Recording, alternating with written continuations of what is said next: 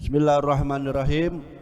Dalam kitab Tajul Arus, Imam Ibnu Athaillah mengatakan di sini, dinuka huwa ra'su malika. Nah, agama engkau itu modal harta engkau. Jadi kita agama ini modal. Agama engkau huwa ra'su malika, yaitu adalah modal, diumpamakan seperti modal harta engkau tuh. Jadi harta kita yang sejati itu agama.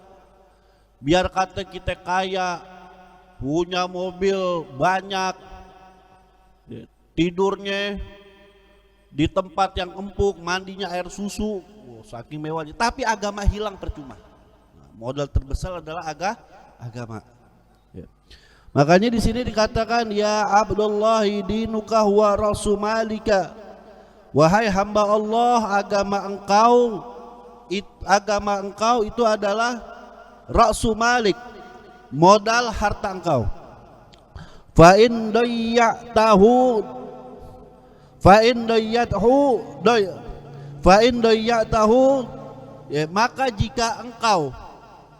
maka jika engkau menyia-nyiakan itu modal, maksudnya modal harta kita, agama kita, maka kita akan tersia-siakan juga.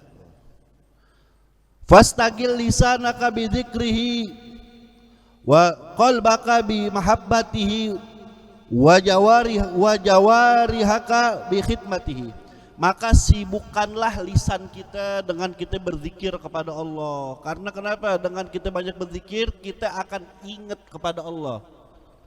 Dengan kita berzikir berarti hati kita cas. Hati kita kasih makanan. Jangan jasad doang kita makan. Jangan cuman kita ngumpanin jasad kita doang, tapi hati kita, rohani kita itu butuh makan. Apa makanan rohani kita? Ilmu dan zikir kepada Allah Subhanahu wa taala.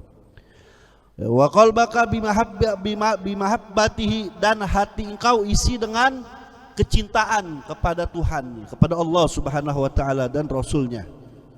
Wa jawarihaka bi khidmatihi, dan anggota badan engkau, anggota badan kita berkhidmat. Kita berkhidmat, beribadah kepada Allah Subhanahu wa taala.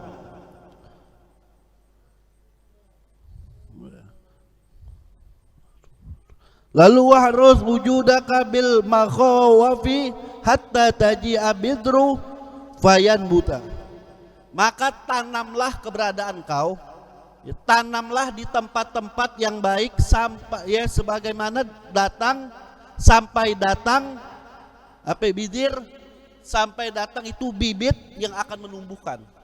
Jadi ibarat kata tanaman, kalau bibitnya bagus, insya Allah tanaman ini cepat tumbuh dan bagus. Nah, kita juga begitu. Kalau kita tanamkan dalam diri kita ini agama kita yang bagus, maka hasilnya juga bagus.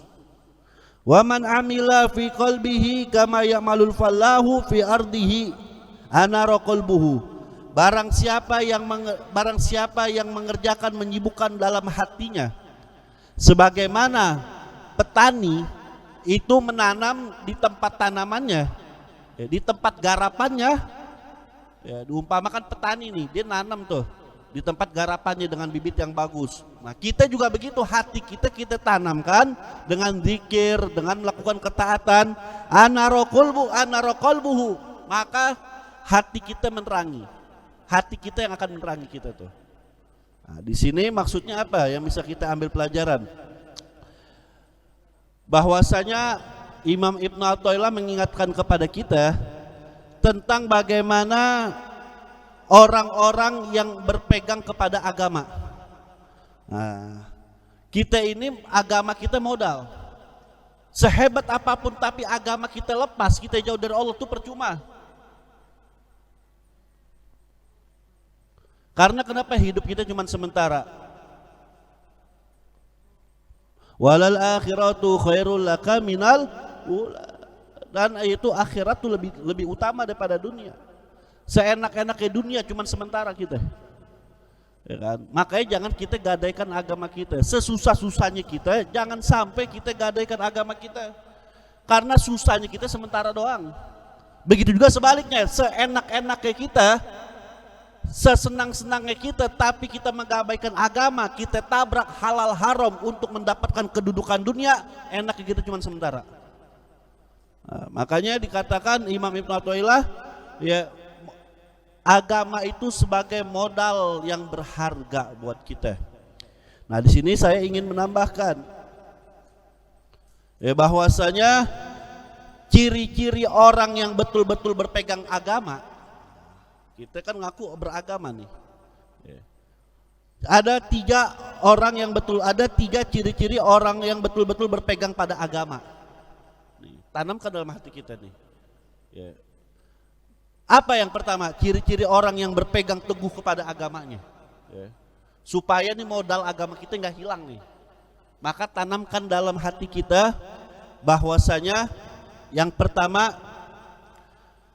jiwa kita, ya, kita akan merasakan jiwa kita isi jiwa kita dengan kehadiran kekuatan Allah Subhanahu wa taala. Tanamkan dalam hati kita.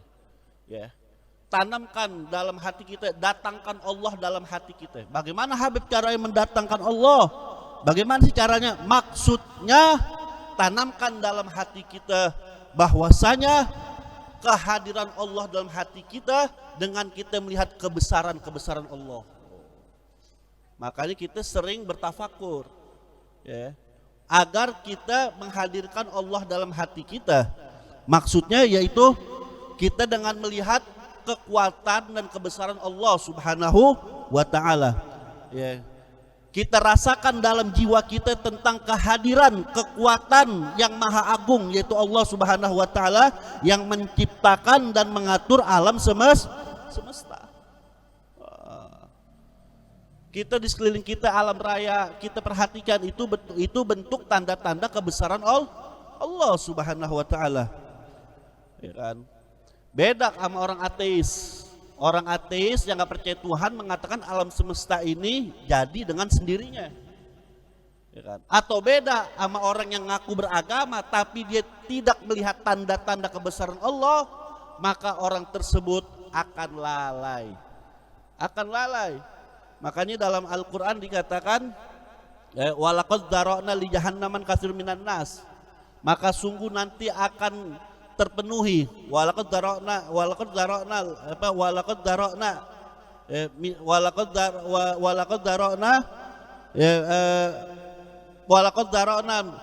li jahannam katsirun minal ins wal jin, kata Allah tuh dalam surah Al-A'raf. Dan sungguh nanti neraka jahanam akan dipenuhi dari kalangan jin dan manusia. Siapa mereka dari kalangan manusia yang akan menempati neraka jahanam? Lahum qulubul la yafqahuna biha, kata Allah, mereka kami berikan hati, maksudnya akal dan pikiran dan hati, akan tetapi hatinya akal yang enggak dipakai untuk memahami tanda-tanda kebesaran Allah Subhanahu wa taala. Walahum a'yunul la yubsiruna biha, kata Allah, mereka manusia kami berikan mata, kami berikan mata, akan tetapi matanya enggak dipergunakan untuk melihat tanda-tanda kebesaran Allah. Walhum adzanul la yasmauna biha, kata Allah, mereka kami berikan telinga, akan tetapi telinganya tidak digunakan untuk mendengar tanda-tanda kebesaran Allah. Allah berikan kita akal, Allah berikan kita hati, Allah berikan kita mata, Allah berikan kuping yang harusnya itu kita melihat tanda-tanda kebesaran Allah. Tapi sering kita nggak pakai itu. Kita lebih demen menggunakan hal-hal yang maksiat. Orang yang seperti ini apa kata Allah? Ulaika kal an'am bal hum adall. Mereka ini seperti binatang ternak, bahkan lebih hina daripada binatang ternak. Binatang ternak wajar nggak bisa bedakan baik dan buruk, nggak bisa bedakan halal dan haram, karena binatang hanya punya nafsu. Allah nggak berikan akal. Ya kan? Binatang nggak punya akal, jadi wajar menyerobot hak orang lain. Jadi wajar nggak tahu mana haknya, mana hak orang lain. Tapi manusia, kata Allah, ulaika kal an'am, manusia itu ada yang seperti binatang ternak, balhum adol, bahkan mereka lebih hina daripada binatang ternak. Siapa? Yang tadi itu manusia Allah berikan hati, Allah berikan akal, tapi akal dan hatinya nggak dipakai, nafsunya doang yang dipakai. Terkadang binatang masih lebih mulia daripada manusia. Binatang kalau perutnya kenyang kagak mau nyerobot, bukan haknya, udah kenyang. Lah manusia udah kenyang, gaji gede miliaran, masih banyak yang ngambil hak orang lain. Banyak atau tidak? Udah kenyang, gaji gede, masih korupsi. Udah kenyang, udah gede gajinya, masih ngoplos minyak. Insya Allah. Ini yang binatang siapa nih? Itulah yang Allah katakan, manusia bahkan ada yang lebih hina daripada binatang. Nah makanya untuk kita betul-betul kita berpegang agama kita, supaya agama kita nggak lepas, supaya jangan Islam KTP doang, maka tanamkan dalam hati kita lihat tanda-tanda kebesaran Allah Subhanahu wa ta'ala. Makanya Allah dalam Al-Quranul Karim di dalam surah Al-Imran ayat 190 sampai 191, di situ Allah katakan, inna fi khalqis samawati wal ard wa ikhtilafil laili wan nahar la ayatil liulil albab. Sesungguhnya dalam penciptaan langit dan bumi dan silih bergantinya malam dan siang terdapat tanda-tanda bagi orang-orang yang berakal tuh. Allah katakan tuh dalam surah Al-Imran ayat 190, kita lihat langit begitu hebat, nggak ada tiangnya tapi nggak ambruk. Bumi yang begitu luar biasa, adanya pergantian siang dan malam, itu tidak lain dan tidak bukan supaya kita mikir, ya, ada kekuatan yang maha besar yang menciptakan alam semesta ini, yaitu Allah Subhanahu wa ta'ala. Ya. Maka dari itu pernah ada kisah Imam Ja'far As-Shadiq. Imam Ja'far As-Shadiq radhiyallahu ta'ala anhu, salah satu cucu Rasulullah sallallahu alaihi wasallam, ini pernah ditanya sama orang. Imam Ja'far As-Shadiq pernah ditanya sama orang tentang Allah. Apa sih, buktikan tanda-tanda kebesaran Allah Subhanahu wa ta'ala. Jadi Imam Ja'far As-Shadiq ditanya tentang ketuhanan, tentang keberadaan Allah sama seseorang. Maka Imam Ja'far As-Shadiq menjawab, apa jawaban Imam Ja'far As-Shadiq? Imam Ja'far mengatakan, pernahkah engkau berlayar di laut lalu kapal engkau diserang badai? Ketika terjadi, apakah Anda sudah menaruh harapan kepada siapapun yang akan menolong Anda? Maksud Imam Ja'far tanya, ente tanya Allah sama saya, sekarang saya tanya balik, Anda pernah nggak berlayar di tengah-tengah laut pakai kapal, sehingga kapal Anda ini diserang sama badai yang luar biasa, yang luar biasa, yang dimana dalam hati Anda itu Anda sudah tidak mengharapkan bantuan siapapun karena sudah putus asa, ya ikhwan. Kata orang tersebut, pernah wahai imam, pernah. Saya pernah berlayar diterjang badai begitu besar, ya mungkin saya kira saya nggak selamat, dan saya nggak mungkin saya minta tolong sama orang yang di kapal itu, mereka juga lagi sibuk untuk nolongin masing-masing, ya kan? Lalu yang menarik, Imam Ja'far Shadiq berkata lagi, apakah di saat itu terlintas di pikiranmu, dalam hatimu, bahwa ada zat yang dapat menyelamatkan Anda bila Allah berkehendak? Zat tersebut, maksudnya, kata Imam Ja'far, ketika ente diterjang badai di perahu, ente udah gak berharap lagi sama manusia. Pernah gak, jawab yang jujur, kata Imam Ja'far, pernahkah terlintas dalam pikiran kau bahwasanya ada zat yang maha mampu, kalau zat tersebut berkehendak, yang akan menyelamatkanmu? Ya, saya pernah. Itulah Allah Subhanahu wa ta'ala. Dan Imam Ja'far bilang, Anda tahu Fir'aun? Fir'aun tadinya sombong, gak mengakui Allah, tapi ketika Fir'aun di detik-detik ajal kematiannya tenggelam di tengah lautan, yang dia gak bisa berharap sama siapa-siapa, Akhirnya dia baru nyebut aman Nabi Rabbi Musa. Kan Fir'aun begitu tuh, tobatnya belakangan, baru ngakuin Allah. Anda tahu Fir'aun yang tadinya sombong, ketika detik-detik dia sadar nggak ada yang bisa menolong dia, ketika dia tenggelam di lautan yang begitu hebat, dia sudah putus asa, baru dia mengakui dalam aman Nabi Rabbi Musa. Kami beriman kepada Tuhannya Musa. Tapi sayang tobatnya sudah terlambat, ditutup sama Allah Subhanahu wa ta'ala. Nah, Anda nih masih dipanjangin umur. Maka tobatlah Anda. Akhirnya orang tobat. Nah, maksudnya apa dari kisah ini ibadallah? Ya. Naluri manusia itu pada dasarnya nalurinya itu menerima bahwasanya Tuhan itu satu, ada, Allah itu ada. Dan dia sebetulnya naluri manusia itu percaya sama Allah. Tapi apa yang menyebabkan dia akhirnya mendustakan Allah? Bahkan memusyrikan Allah? Karena ada kesombongan ibadah Allah. Makanya kalau kita buka Quran nih, di dalam surah Az-Zumar ya ikhwan. Ya.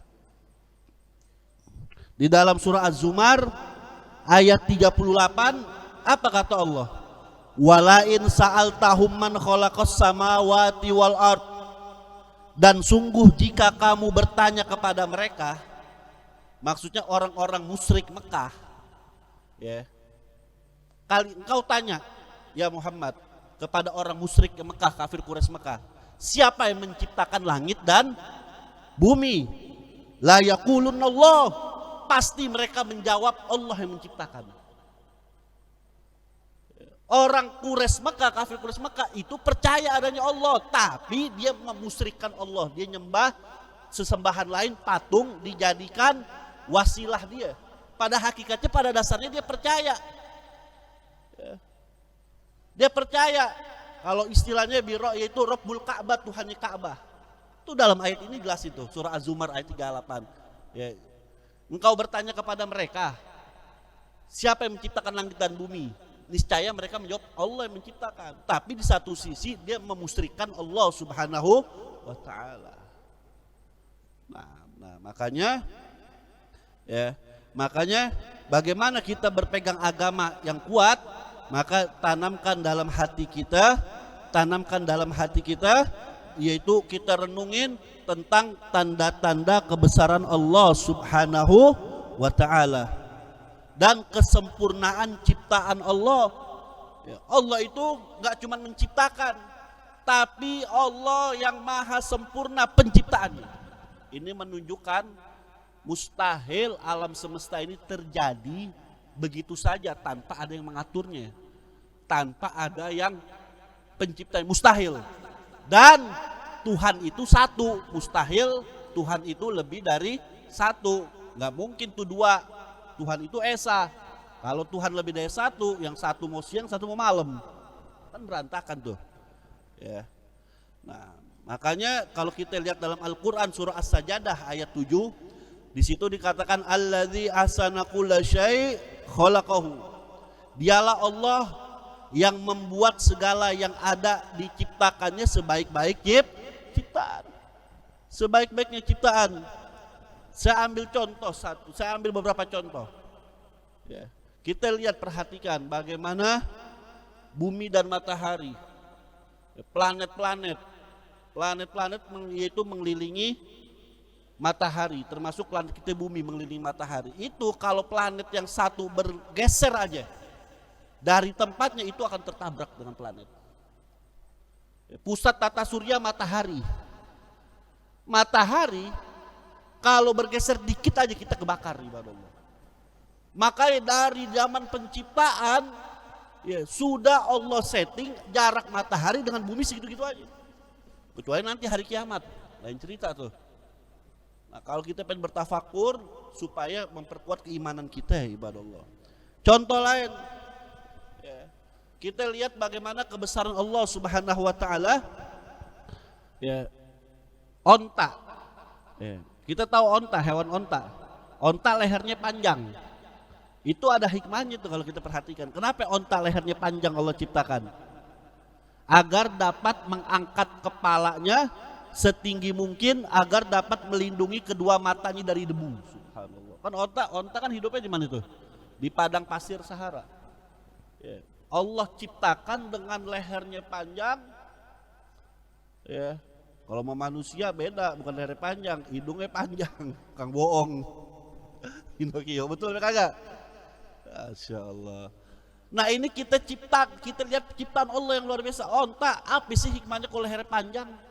Oh ternyata lehernya panjang untuk melindungi matanya supaya tidak kena debu. Karena onta itu hidup di padang pasir. Nggak sampai di situ. Kita perhatikan bibir onta terbelah. Nah, Ustadz Adi Alwi bolak-balik di Mekah nih, udah kayak petamburan Palmera sering banget. Sering lihat naik onta dia. Onta kan bibirnya terbelah tuh. Ya kan bibirnya terbelah onta tuh. Tahu nggak hikmahnya apa itu? Kenapa bibirnya terbelah tuh? Ya, biar mudah memungut tumbuhan yang berduri dengan mulutnya tanpa merasa bibirnya sakit. Subhanallah. Kita lihat lagi. Onta kan di punuknya tuh ada apa? Di punuknya, di punggungnya tuh, ya kan? Ada apa? Ada tempat yang tempat menyimpan lemak tuh. Punuk punggungnya tuh onta. Kenapa Allah ciptakan seperti itu? Itu untuk diperlukan. Karena kenapa? Karena karena onta itu melakukan perjalanan di padang pasir yang makan tenaga berat. Makanya untuk menyimpan tenaganya itu menyimpan lemaknya di situ. Subhanallah. Kita lihat lagi onta. Onta itu kakinya tidak berujung dengan kuku, nggak ada kukunya itu. Kalau kita perhatikan bagaimana Allah Subhanahu wa taala mengkaruniai ya onta kakinya kayak sepasang kaki bagaikan sepatu. Apa itu hikmahnya itu? Sehingga unta mampu berjalan di atas padang pasir tanpa khawatir kakinya masuk terperosok ke dalam padang pasir, ke dalam pasir. Tuh, tanda-tanda kebesaran Allah tuh. Jadi kita yang lihat alam semesta ini, di situ kita lihat Allah. Ya, subhanallah walhamdulillah wala ilaha illallah wallahu akbar. Ya. Itu baru contoh satu onta ibadah Allah. Ya, belum yang lainnya banyak. Kalau kita perhatiin satu-satu, banyak luar biasa. Bagaimana kita lihat binatang ternak yang makan rumput dan daunan. Binatang ternak tuh dan yang makan rumput dan daunan itu diberikan lambung yang besar yang berfungsi sebagai apa? Sebagai gudang bagi makanan yang ditelannya setelah dikunyah sesaat. Itu udah hikmahnya, subhanallah. Ya, itu baru binatang, baru bagaimana manusia. Ya. Allah ciptakan singa atau binatang buas dengan gigi yang taring. Ya. Dengan gigi taring agar dia mudah nangkep mangsanya untuk makan daging sekeras apapun. Itu semua ada hikmahnya. Termasuk manusia. Manusia ini Allah kasih kelebihan daripada binatang. Manusia tidak diberikan kekuatan sekuat gajah. Manusia mungkin kekuatan fisiknya tidak sekuat kuda atau kerbau. Atau manusia tidak diberikan taring setajam harimau atau singa. Atau manusia mungkin nggak bisa terbang karena nggak diberikan sayap kayak burung. Tapi subhanallah, manusia Allah berikan akal dan pikiran. Dengan akal pikirannya dia bisa menaklukkan binatang. Dia bisa menaklukkan binatang, hewan dengan akal dan pikirannya. Makanya dalam Al-Quran dikatakan sering Allah bilang afala ta'qilun. Apakah manusia ini tidak berpikir? Nah ini yang pertama yang saya ingin garis bawahi, bagaimana kita memegang agama kita, tanamkan dalam hati kita. Seringlah kita bertafakur melihat kebesaran Allah Subhanahu wa ta'ala. Yang kedua, yang kedua ya ikhwan, ciri-ciri orang-orang yang betul berpegang kepada agamanya.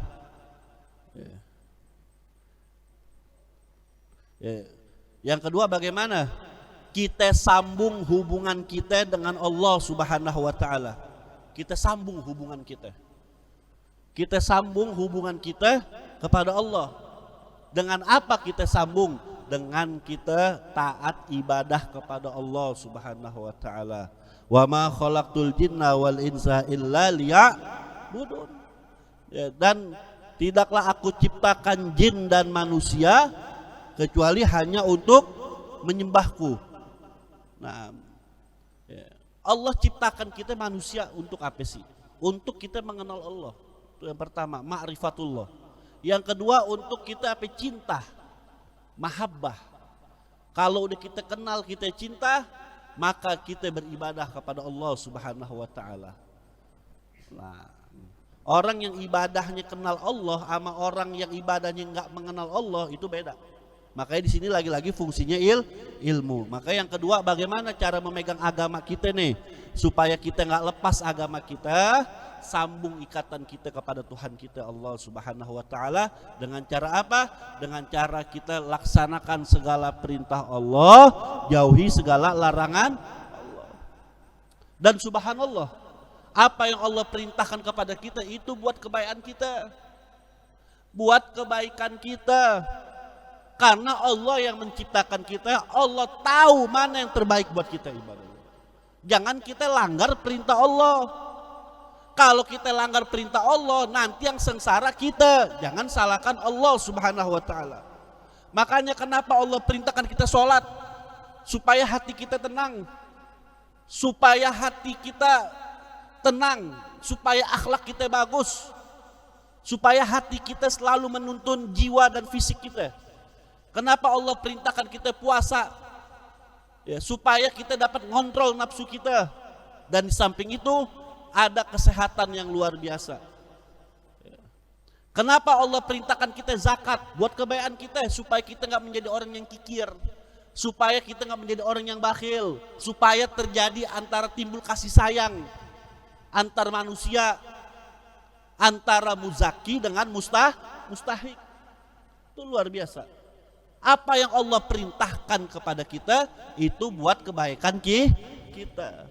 Dan sebaliknya, apa yang Allah larang buat kita, maka kita tinggalkan. Maka dari itu kenapa Allah haramkan zina? Apa hikmahnya? Kenapa Allah haramkan zina? Ya, supaya kita terhindar dari perbuatan tercela dan gak sampai di situ, supaya kita tidak terkena penyakit. Makanya sekarang ada namanya penyakit apa? AIDS. Virusnya namanya HIV. Kenapa?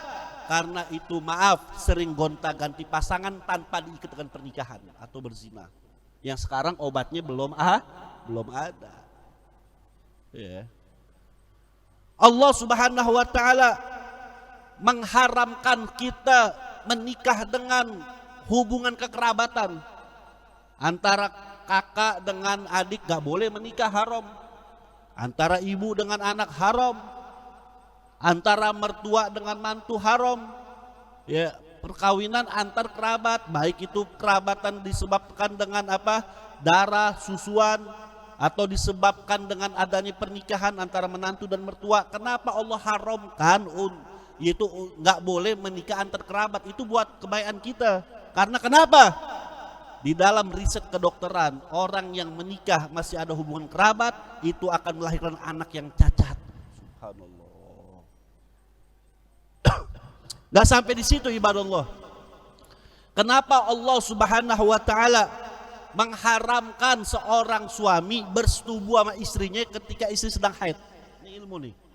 Itu ada hikmahnya tuh. Ini makanya Islam ini agama yang berakal. Ya. Agama yang luar biasa, yang berakal. Kenapa kok Allah haramkan? Di dalam surah Al-Baqarah ayat 222, nggak boleh kita mendatangi istri kita, melakukan yaitu hubungan intim, memasukkan kemaluan laki kepada kemaluan perempuan manakala istri kita sedang dalam keadaan haid. Apa hikmahnya itu? Ya, karena saya baca di dalam kedokteran itu, karena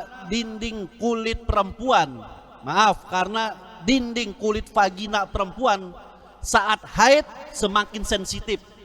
Kalau dipaksakan berhubungan akan sangat pedih dan luka. Akibatnya daya tahan dari serangan virus akan cepat masuk, akan lemah daya tahannya dan akan gampang terkena virus.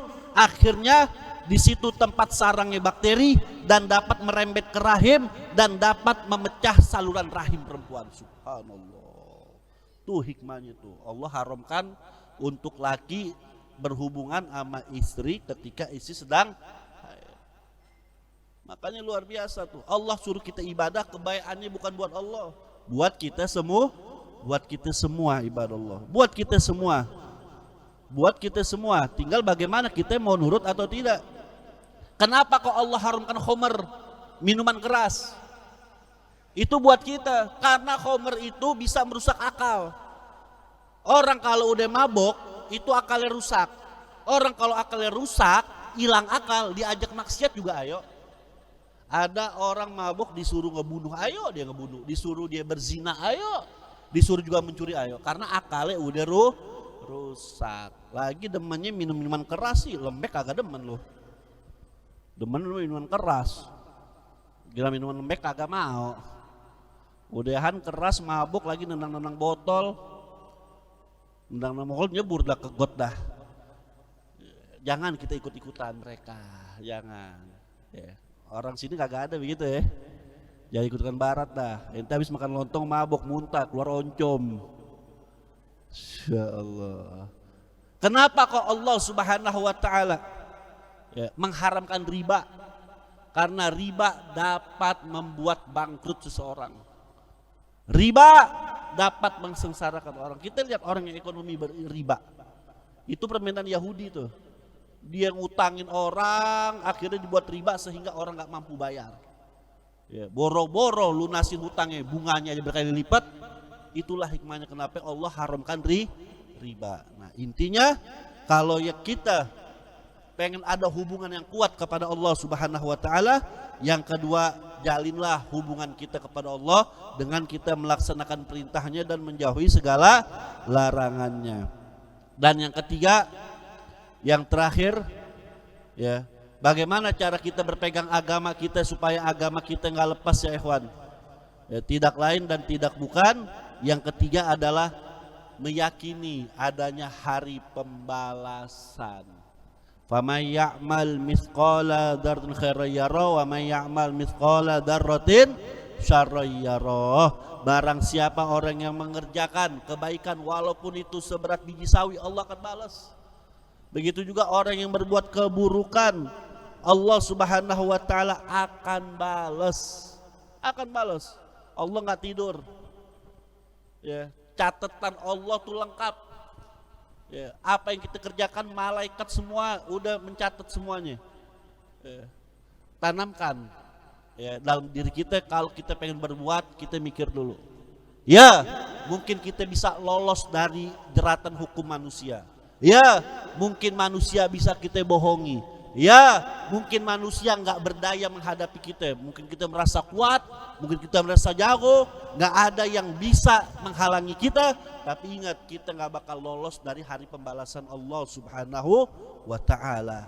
Dan yang terakhir, ya, dari kesimpulan ini, ya, jangan kita jauh-jauh dari Al-Quran. Ya, jangan kita jauh-jauh dari ajaran Nabi Muhammad sallallahu alaihi wasallam. Makanya Allah mengingatkan kepada kita ya, dalam surah Yunus ayat 57 Allah mengatakan, ya ayuhan nas, wahai manusia, qad ja'atkum mau'izatum mir rabbikum, telah datang kepada kalian, kepadamu, mau'izakum mir rabbikum, yaitu pelajaran dari Tuhan kau Allah Subhanahu wa taala. Wasifaul lima fis sudur, wasifaul lima fis sudur, dan Al-Quran itu penyembuh ya, penyembuh bagi orang-orang yang sakit ya.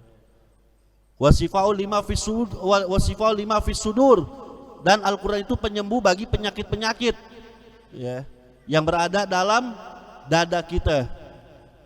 Wahudan, dan Al-Quran itu petunjuk. Warahmah, dan Al-Quran itu sebagai rahmat. Lil mu'minin, bagi orang-orang yang beriman. Luar biasa.